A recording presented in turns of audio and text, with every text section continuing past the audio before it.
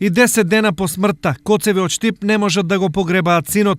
Телото на 33 годишниот Сашко се уште е во Шпанија. Семејството не може да собере 4500 евра за тој да биде транспортиран во државата. Досега граѓани, фирми, здруженија, општината и Министерството за социјални работи донирале 2/3 од потребната сума. Сепак фалат уште најмалку 1000 евра, а секој ден чекање чини дополнително.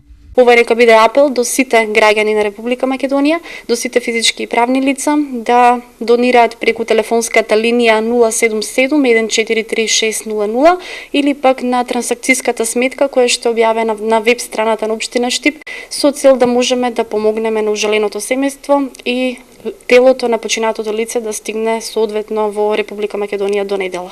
Досега штипјани секогаш биле солидарни, но во случајов сиромаштијата си го направи своето.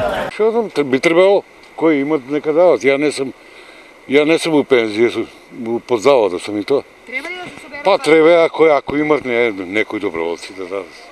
Сепак, во прашање се само 4500 евра за едно семејство многу, но за цел град сума која може да се собере.